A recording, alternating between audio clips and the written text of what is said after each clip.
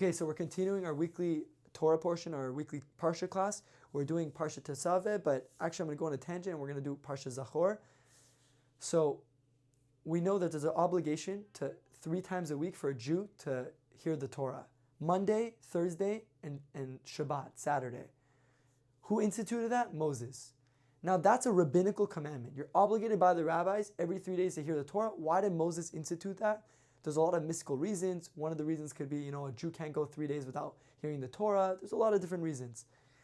But the one parsha that you actually have to listen to and you have an obligation from the Torah, okay, is something called Parashat Zachor, the parsha of remembering. And it's a parsha, we read this part of the Torah every Shabbat right before the holiday of Purim, because this whole parsha relates to the idea of Purim, as I'll explain in the class. So if the one time you got to go to shul this is the time. It's an obligation from the Torah, not rabbinical. Again, you still have to listen to the rabbis because God said so in the Torah, right? But this is the one time you're obligated from the Torah to hear this portion of the Torah. So make sure to go to shul tomorrow and listen to this. They're going to actually read this passage from the Torah after they finish the weekly parsha. So what's Parashat Zachor all about? Now, I'm about to share with you an idea that this idea will change the way you look at life. I guarantee that you're going to go through a lot of things in life. You're going to try doing things in life and you're going to feel a lot of frustration because you're going to try doing the right thing and a lot of people are going to kind of like nag at you or make fun of you. And what I'm about to say right now is the core reason for all of that. Of why when you're trying to do the right thing, people make fun of you or like try to go against you. Okay? So let's start with this. So what's Parashat Zachor, right? What happened? So got to give you a little bit of a background. So we know what happened. The Jews, right? Parashat Zachor is talking about how when the Jews left Egypt. So what happens when we left Egypt? The 10 plagues, right? The splitting of the sea. The craziest miracles in world history that revealed how not only is God running the world, but He's with the Jewish people. Okay? The craziest of crazy miracles. And we know that the Torah even tells us that all the nations of the world, the written and oral Torah, tells us that everybody heard about the miracles. Okay? When you read the prayer, Az Yashir Moshe, which is actually a verse in the Torah, okay, it says that there's 7 nations that lived in the land of Israel before we came. And it said those 7 nations, when they heard about the miracles, they were shaking. They're basically like, doing a number 2 in their pants. Why? Because they're so scared that the Jewish people are about to come and they know the Jewish people are about to come take the land, right? Why are the Jewish people taking the land? Because God told them, this is my land, I choose who I wanted to. These nations are, defiling the land by doing evil acts. So God told the Jewish people, I'm bringing you into the land. This is going to be your HQ and you're going to change the world and spread morality and ethics to the world from this, let's call it an HQ, right? Israel. So all the nations were so scared because they knew if the Jews come out, the Jews are going to, God told the Jews in the Torah, if you don't take these nations have 2 options. Either they convert not to Judaism, but keep the 7 laws of Noah, which are the 7 laws of morality. Because God said, if they don't keep the 7 laws of morality and accept your rulership, then they're going to cause you guys to sin. Because what are the 7 laws of Noah? Not to do idol worship, not to steal, not to do sexual immorality, not to do animal cruelty, whatever the 7 laws of Noah. Yeah, the idea is that God told them there's 2 options for these nations. You either keep the 7 laws of Noah and you can live in Israel, we'll let you live in peace, meaning you keep the laws of morality, or if you don't want to keep the laws of morality, I'm sorry, you got to get out of the country. We're kicking you out. Or if you don't want to get kicked out, your thing, we're going to go to war, right? So the nations were so scared because basically we have a nuclear weapon with us. We have God on our side. So they're freaking out. They're scared, okay? Now, and again, how did they hear? I don't know if they had CNN, they had YouTube, shorts. I don't know what they had to hear the videos, but to hear the miracles, but somehow God made a miracle that everybody heard, maybe through word of mouth, whatever. So everyone was scared. And we know it in the Torah. You can see verses in the Torah of the nations of how when they sent spies to the land, they saw how everyone was scared just by sending the spies were checking out the land. So we know that they're all scared. So when the Jews came out of Egypt, before they went to Israel to go to the land, there was a pit stop. And that pit stop was Mount Sinai. And God was going to give them the Torah. And what is Torah? The instruction manual to life. The book of morality and ethics, not just for the Jewish people, but that Torah is also for the world. It's for everybody. Right? Particularly for the Jewish people, but the teachings in there are pertaining to everybody in the world. Okay? Now what happened? As soon as the Jews, right before they're about to get the Torah on Mount Sinai, there came a nation, a very evil nation. And that nation is called Amalek. Okay? Who is Amalek? They're actually our cousins. We know Abraham, Isaac, Jacob. Jacob had a brother named Esav. Esav had a son named Eliphaz, right? And Esav's son, Eliphaz, had a son named Amalek. And Amalek, in Judaism, we believe they're our arch enemies. Okay, why they are arch enemies? Because of what I'm about to tell you. So right before we're about to get the Torah, Amalek, they came and they fought us. Now, why did they fight us? We weren't coming to take their land. Amalek didn't live in Israel; they lived outside of Israel. So we had nothing to do with coming to take their land. And number two, we were out of their way. To come fight us is like okay, some people have enemies, but they're not going to go out of their way and use their resources to come fight. Like, okay, this guy's my enemy. Like, okay, I'll let him do what he wants to do. I'm not going to go out of my way and like spend months and years like, chasing after this guy or putting my life at risk. Okay, he does his thing, I do my thing. Okay, we won't talk to each other. Okay, but they went out of their way to come fight us. Okay, now what does the Torah say? So I'm reading to you Parashat Zachor, what it says in the Torah, Deuteronomy chapter 25, verses 17 to 19. The Torah tells us, remember what Amalek did to you on the way, as you came forth out of Egypt. Okay? What happened? It says, he met you on the way while you're traveling to, you stopped at Mount Sinai. He came and he killed, the weaklings, the people who are all the way in the back. Okay? And all of you were weak and whatever, he killed you and he did not fear God. Right? And then the Torah says, you shall blot out the remembrance of Amalek from under the heaven. You shall not forget what they did to you. Now, if you go to the oral Torah, do you know what it tells us? You know what Amalek did to us when we left Egypt? So first they came and fought us in a war. Then when they saw they couldn't beat us, all the people who are like, old and feeble, whatever, they basically, all the weaklings, they came and they took the weak people. They basically killed them. They raped them homosexually, the Torah says. The oral Torah teaches us. They raped them homosexually. Then after they raped them, they killed them. I don't want to, use brutal language and very explicit language, but look at the Rashi. But I'll just say it just so you guys get the point. Amalek came and took the Jewish people that they killed. They chopped off their private part. They held it in their hand and they threw it in the air again, like trying to say to God, in a way, go against God and be like, in your face, God. They threw it in the air and that's what happened. Okay? Very, very evil and heinous acts, disgusting. Horrible, disgusting. That's why, God basically says these people, because of what they did, they didn't fear God. They came and they fought you guys. Again, all the other nations are scared. They're in a sense they're pooping their pants because the Jews are coming to take the land. And Amalek, no connection. Jews are not coming to take their land. Jews have nothing to do with them. They're even going out of their way, and they hated the Jews so much that they came to fight the Jews. Even though they knew they were going to lose the battle because we literally have a nuclear weapon on our side. We have God on our side, and they even heard the miracles. They heard the miracles also. Don't think they didn't hear the miracles. They knew exactly. The oral Torah tells us they knew all the miracles. But they still came and fought. Now, guys, the question is, why? Why? Why do they hate the Jews so much? What did the Jews do to them that they have such a hatred that they're willing to go out of the way, sacrifice their lives to kill the Jews? Almost like Hamas. But again, Hamas, I'm not justifying anything, dude. They're evil criminals. But again, according to them, right, they believe we stole their land. And at least, again, not to justify, they're horrible criminals, but they have some type of reason for wanting to fight us. Even though it's not a good reason because we always, in history offered them the land. It's really coming from hatred of Jews, right? But the idea is that, at least, okay, they have some kind of excuse, but what's Amalek's excuse? We're not coming to take land, we're not coming to touch you. Why do they hate us? That's the question. And they hate us to the point where God said, because of what they did, you have a mitzvah every year, and that's the mitzvah we're going to fulfill tomorrow, okay? In Shul, by listening to this Torah, to read in the Torah the act that they did against you, so you never forget what they did against you, okay? So the question is, why does Amalek hate us so much? And the answer is as follows. The answer is like this. A very important answer, and I'm going to connect it back to all of our lives and something we face all the day, every time, and every aspect of our life. And the idea is something called identity crisis. Do you know what an identity crisis is? I'll give you an example. Imagine you're a guy, you start, you live like, 99% of Americans. You barely eat fruits and vegetables in your diet. You eat at fast food restaurants most of the time. You eat, garbage, processed foods.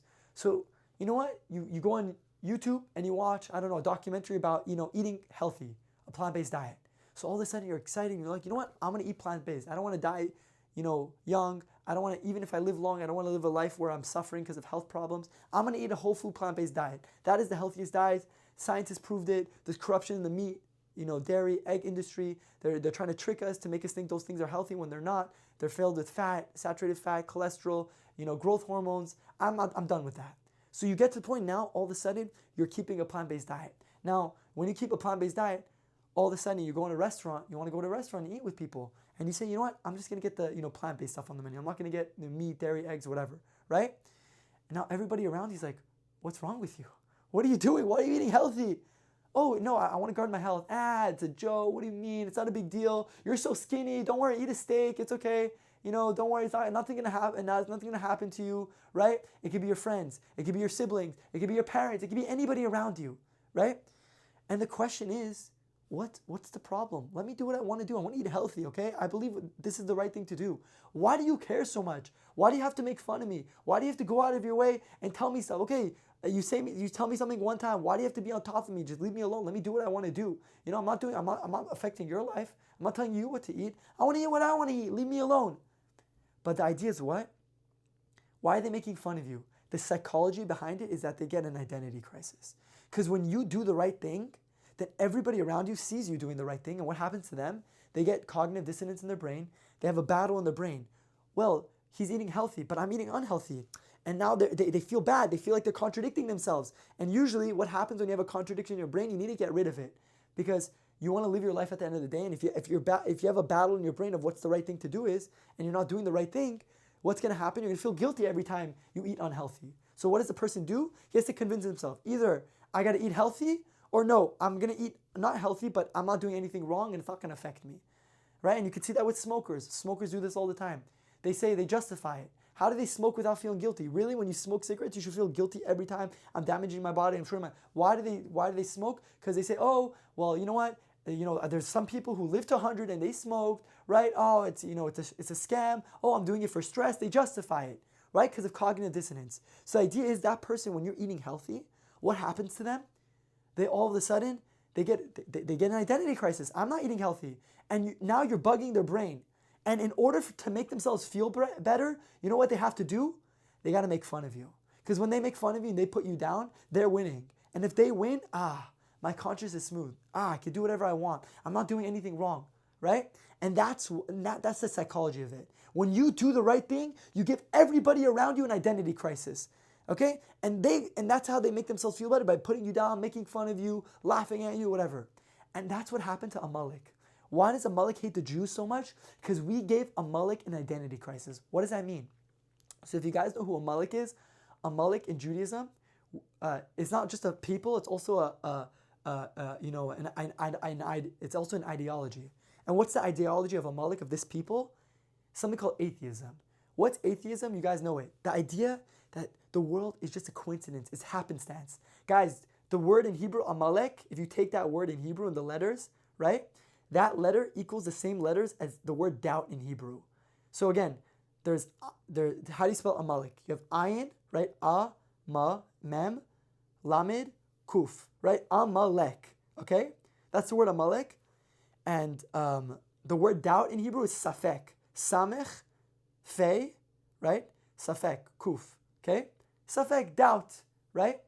So the same word, that I didn't do the calculation for the numerical value, but the same numerical value for doubt in Hebrew is Amalek, okay? What is Amalek's goal in life? To make you doubt everything, as particularly doubt God. That's why they're the source of atheism. Anytime you see the atheistic ideology, that's a product of Amalek. Not just a people, but an ideology, okay? And the idea is, they want to make you doubt. They want to make you think everything is random. Everything is a coincidence. Oh, you're just a random happenstance coincidence. There's no God. And if there's no God, if you're just a bunch of atoms and molecules, guess what? There's no good and bad either. Because just because atoms and molecules all of a sudden, become conscious and become aware of good and bad, so what? Who are you to tell me what you do? We're just atoms and molecules. And really it goes to the ideology of might makes right. When a lion kills a zebra, we don't say the lion's evil. We say, it might makes right. If you're stronger, you'll win. If you're weaker, you lose. That's just the reality. There's no good and bad. And that's the ideal of the ideology of we all came from monkeys. There's no purpose. You don't have a soul. There's no afterlife. Anything that denies the principles of Judaism, the existence of God, the denial that the Torah is from God, the denial of the idea of purpose of life, reward and consequence, right? That's Amalek. And that's Amalek's number one mission. So, okay, fine, if that's what Amalek's all about, what do they care about the Jews getting the Torah? That's exactly the problem. Because what are we about to do? We're about to get the Torah. And the Torah, what is the Torah? It's the ultimate book of morality given by the Creator himself. Okay? Now, what is the Torah? The Torah tells you everything. It tells you how to be a good person. A lot of people think they know what it means to be a good person. If you never read the Torah and you don't keep to the rules of the Torah, there's no way you could be a good person because you're not doing what the Creator of the universe, the one who created good and bad, he tells you, God tells you what it means to be a good person. And the idea is that's what the Torah is. So what did Amalek do? Amalek got an identity crisis. Oh my gosh, if these people get the Torah, what are they going to do with the Torah? The Torah teaches the world about being a better person. What did the Jews do with the Torah? Look at us. We gave religion to 75% of the globe. Christianity and Islam are all based off the Torah. They just believe our Torah, but okay, yeah, they made a part 2, whatever. Okay, we don't believe that they got a part 2, but okay, fine, but they're influenced by us. Look at America. It's made by Judeo-Christian values, right? It was founded on those principles and ideas. We taught the world the idea of life, the importance of life. People back then would kill people for no reason. We taught the idea of charity and justice. And, we taught the world morality and ethics. People don't know it, but it's true. We taught the world the general idea. In a pagan world where there's no God, most of the world believes in God because of us. We brought religion and morality to the world. Now, for Amalek, that's dangerous. Because if we're trying to live a life where we're trying to do whatever we want, with atheism, right? You can do whatever you want, kill whoever you want, steal from whoever you want to do sexual immorality, right? And the idea is they want to live free, do whatever they want. And these people now are a threat to us. The Jewish people are a threat. And that's why Amalek came and attacked us. Because if we start doing the right thing and we start influencing the world, because that's our mission. What's the mission of the Jewish people? Be a light unto the nations. Train all the non-Jews in the world. Teach them about God. Teach them how to keep the 7 laws of morality. Teach them how to have a relationship with God. And Amalek said, we can't let that happen. If that happened, that's it, we're done. We can't do whatever we want. We're going to feel guilty. We're going to have cognitive dissonance every time. Why? Because these Jewish people are going to be walking around with their tzitzit and their kippas, and every time they are alive, it's just going to be a burden to us. It's just going to keep reminding us that we're living a life and we're living in a lie, and they can't live with that. And that's the cognitive dissonance of Amalek. Okay, and that's why Amalek hated the Jews. Why? Because they want to stop us from getting the Torah. Now, I'm going to give you a crazy proof of modern history, of Amalek in modern history, okay? And then I'm going to connect this to our lives, of what's the Amalek in our lives, okay? In Judaism, we have a tradition that Amalek and Esav, right? Esav represents Amalek, okay? Esav is Jacob's brother. So Esav, his descendants, we believe are the Roman Empire, okay? Romi, right? Romi shel Edom, okay? We believe they're descendants of Esav. Now, the Roman Empire, since they're descendants of Esau, what happened to the Holy Roman Empire? They became France, Germany, England, right? So Esau's descendants, possibly Amalek, assimilated among the nations. That means possibly the Europeans and even Americans, by the way, again, not all of them, God forbid. For sure, they're descendants of Esau, but not all of them are Amalek. Again, Esau has a lot of children. Some of them, just went on to live their regular lives. Some went to be Amalek, right? So doesn't mean everybody's Amalek. Okay, so don't take that, God forbid, into don't assume that. But yes, there are few of the Romans and for sure, the Europeans. Some of them are for sure Amalek. Okay, some, not all. Okay, and we don't know who's who. All the nations got mixed up. Okay, so the idea is that Amalek, right? So we know a lot of Europeans are that. And who else is Amalek, by the way? If you guys want to know, Purim, the whole story of Purim. Haman ha-Agagi. Agag is Amalek, right? Agag was the king of Amalek. Haman is also. And what did Haman try doing? He tried killing all the Jews in the world. So we see a pattern. Amalek hates Jews, and they want to try killing all the Jews in the world, and they're always pro that. If you know Haman was an idol worshiper, non-believer. He was that type of, he had that type of vibe. Okay, fine. So let's go back. Let me give you a modern example of Amalek.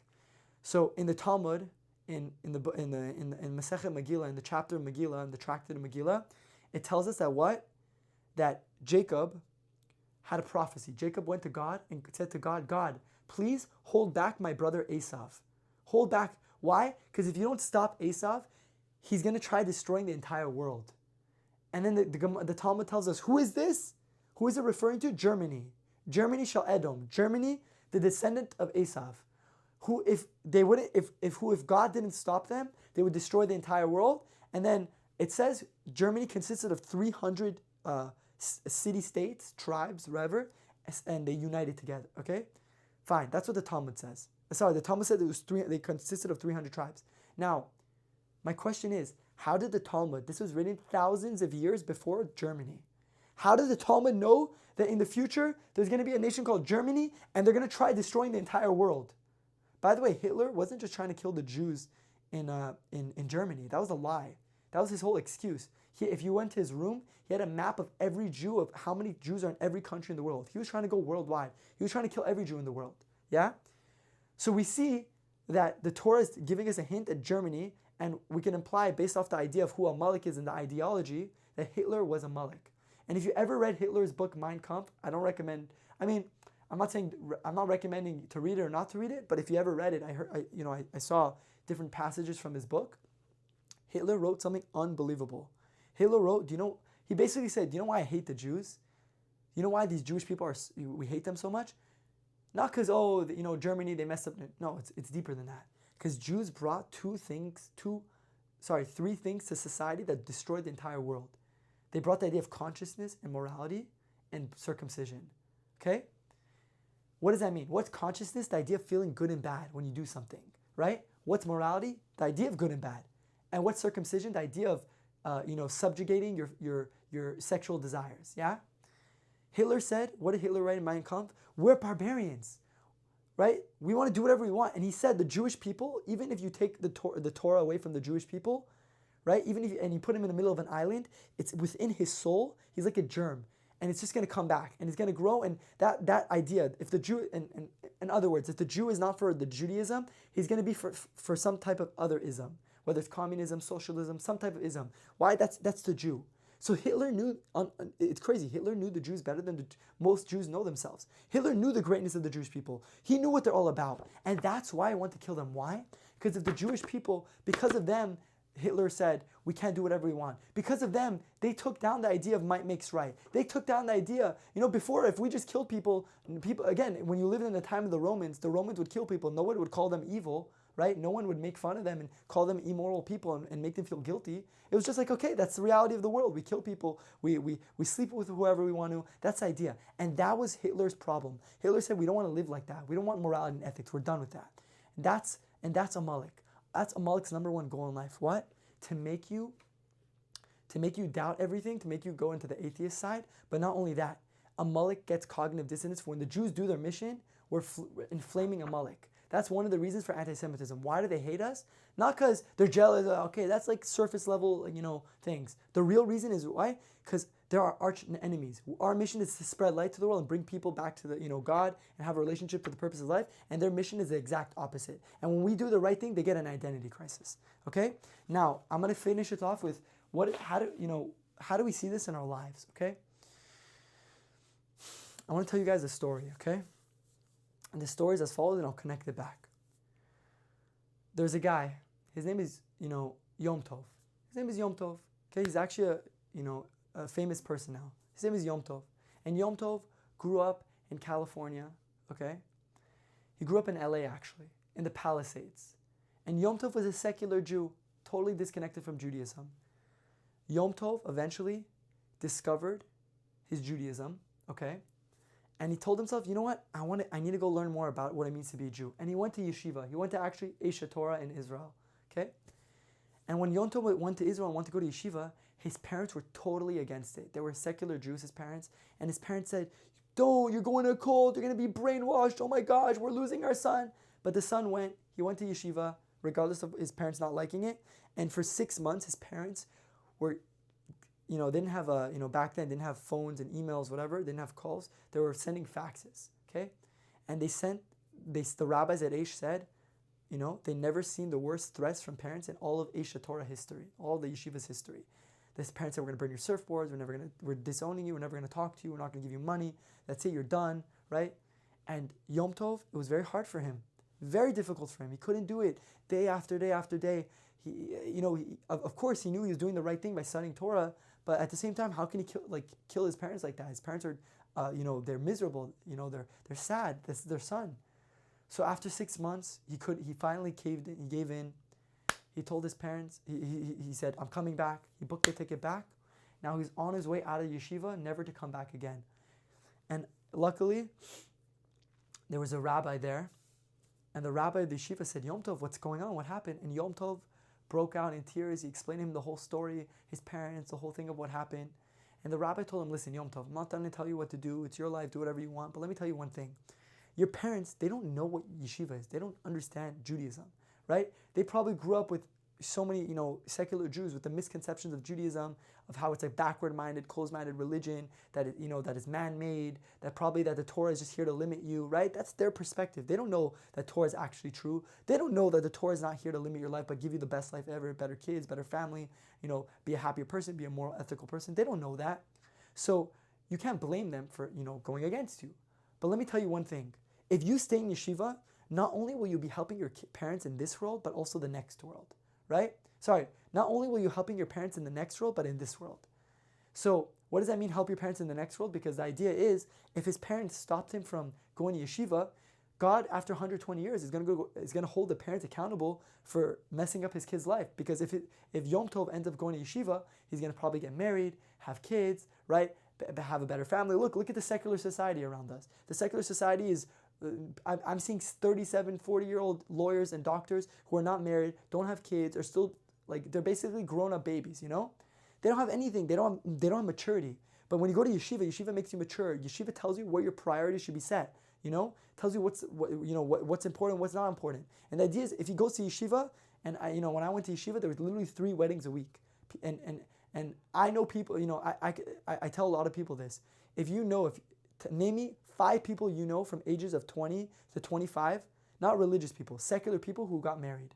Most people barely go to weddings once in a blue moon, and most people can't name even 5 people from the age of 20 to 25 who are not religious and married. The idea is that's the secular world. The secular world, is like that. The secular world is not, it's all about chasing after, the desires of this world. Not to say you can't have desires and have pleasure, but whatever, that's a conversation for another time. But the idea is that, so Hashem is going to hold the parents accountable. Hey, why'd you stop your kid from growing? Your kid could have amazing, he could have reached his full potential, fulfilled his purpose in life, had amazing wife and kids and everything, and you stopped your parents. So Yom Tov said, you know what? That, when his rabbi said that was the thing that helped him stay in yeshiva, and that's why he stayed. But he never understood why the rabbi said, you're helping your parents in this world. It didn't make sense to him. How am I helping my parents in this world? I'm making them miserable. Until he got his answers 30 years later. Now, 30 years later, Yom Tov became Rav Yom Tov Glazer, one of the, pioneers, Kiruv rabbis in the world, very influential rabbi. Again, not to say going to yeshiva makes you a rabbi, but he was a great person. He chose to be a leader. Okay, but you could be don't worry, there's no contradiction. You could be a rabbi. You could be a doctor, lawyer, and be religious. There's no contradiction. Just because you go to yeshiva, you don't have to be a rabbi. But he wanted to become a rabbi. That's the path he wanted to choose in his life. Okay. And now he has a beautiful wife, beautiful kids, beautiful family. He's a leader. He's impacted thousands of lives. And Rav Yom Tov went, for his mother's 70th birthday. He went back to LA, to visit his mother for her birthday. And when he was at the, birthday party with his mother had 200, people on her list. And after the party was over and everything, he was sitting with his mom and he's like, Mom, isn't it really sad that out of these 200 people here, not any of them has a religious kid, a kid who's on the path of Torah and mitzvot, right? And the mom said, Yom Tov, it's worse than that. There's 200 people here, not one of their kids married Jewish, and a lot of them, their kids are still 50 years old, right? And they're not married, and they're already age 80, the parents, and they still don't have grandkids, And you know what the mother said? The mother just broke out and said, Yom Tov, I want to tell you something. I'm so sorry. And he's like, what are you sorry about?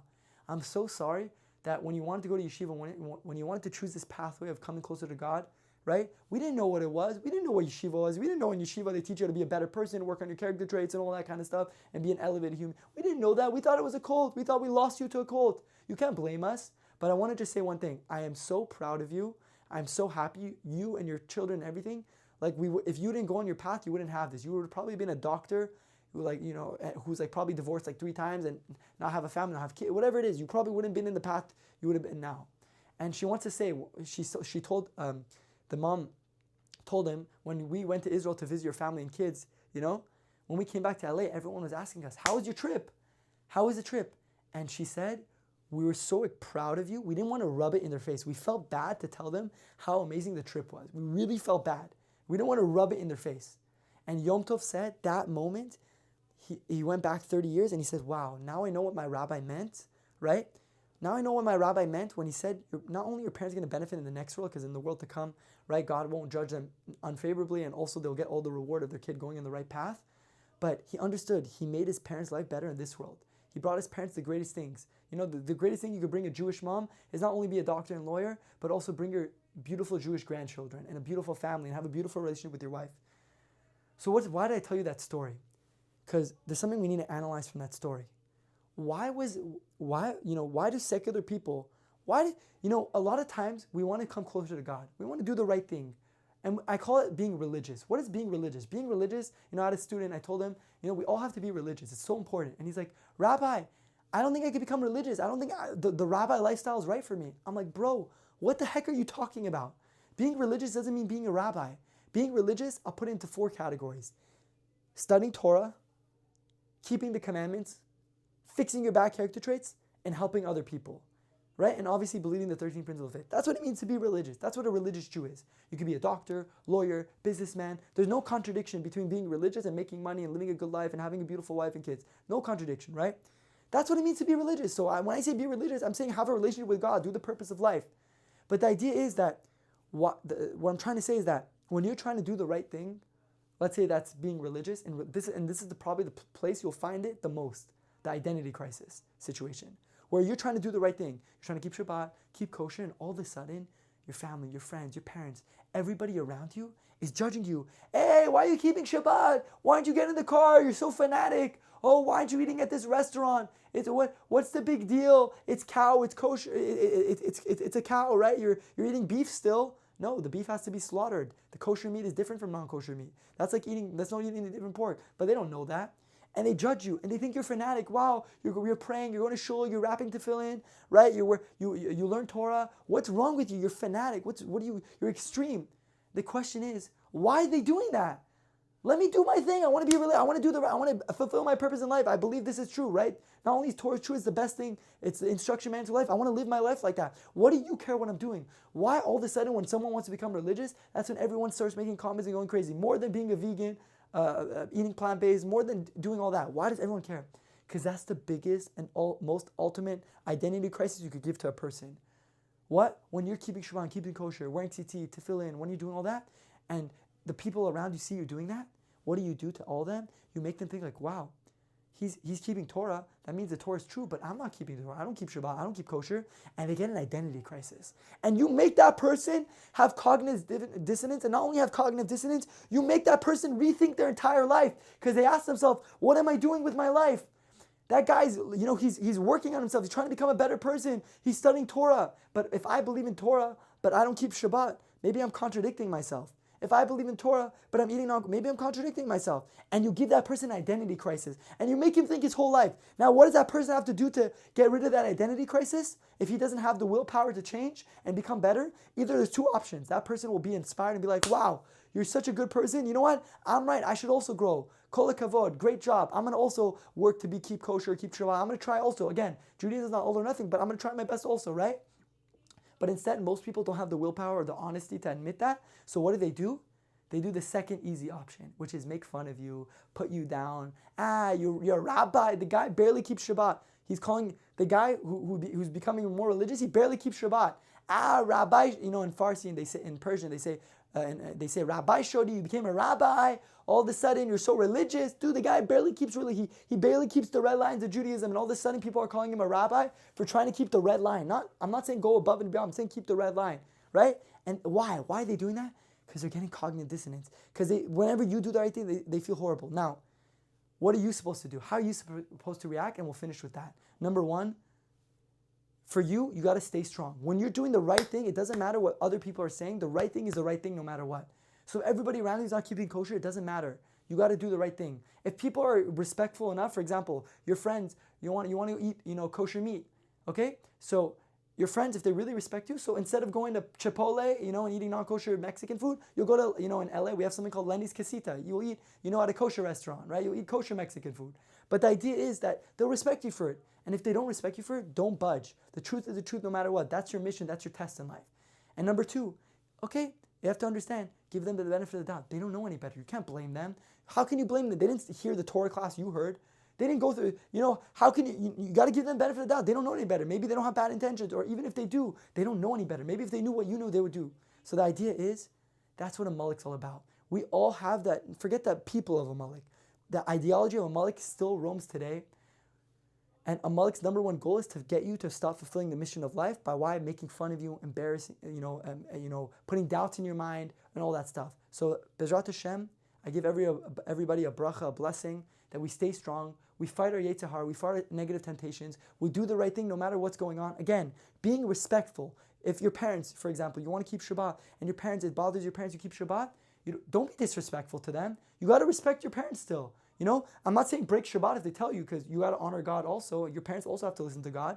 But I'm saying is be respectful. Same thing with kosher. Say, guys, instead of non-kosher pizza, let me get kosher pizza. Or the idea is, God forbid, don't become a self-righteous jerk and go put people down. But the idea is, if you're strong, you're doing what you're supposed to do. You do what you're supposed to be doing. You're going to inspire people, especially if you give them the time to talk to them. Okay? Thank you so much for listening. Take care.